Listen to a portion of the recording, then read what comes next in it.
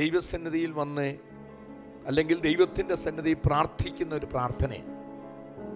ഈ ലോകത്തിൽ എന്തെല്ലാം വിഷയങ്ങളുണ്ട് നമുക്ക്. കഷ്ടതയും ഞെരുക്കവും നിന്ദയും പരിഹാസവും പരിയും ദുഷിയും രോഗവും ഒക്കെയുണ്ട്. പക്ഷേ ദൈവസന്നിധി വന്ന് പ്രാർത്ഥിക്കുന്നത് ഇതൊന്നുമല്ല. ദാവീദ് പ്രാർത്ഥിക്കുന്നു. സ്തോത്രം.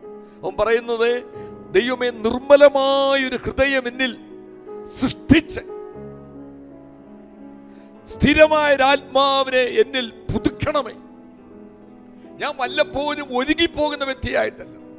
എനിക്കൊരു വിഷയം വരുമ്പോൾ തകർന്ന് കരയുകയും പിന്നെ ഞാൻ അതെല്ലാം മറന്ന് ഈ ലോകപ്രകാരം ലോകത്തിന്റെ ഇഷ്ടത്തിന് ജീവിക്കുന്നതായ എത്ര കേട്ടാലും സ്തോത്രം ഹല്ലേലൂയ എനിക്കൊരു വ്യത്യാസം വരാത്ത അവസ്ഥയെന്നുള്ളതല്ല.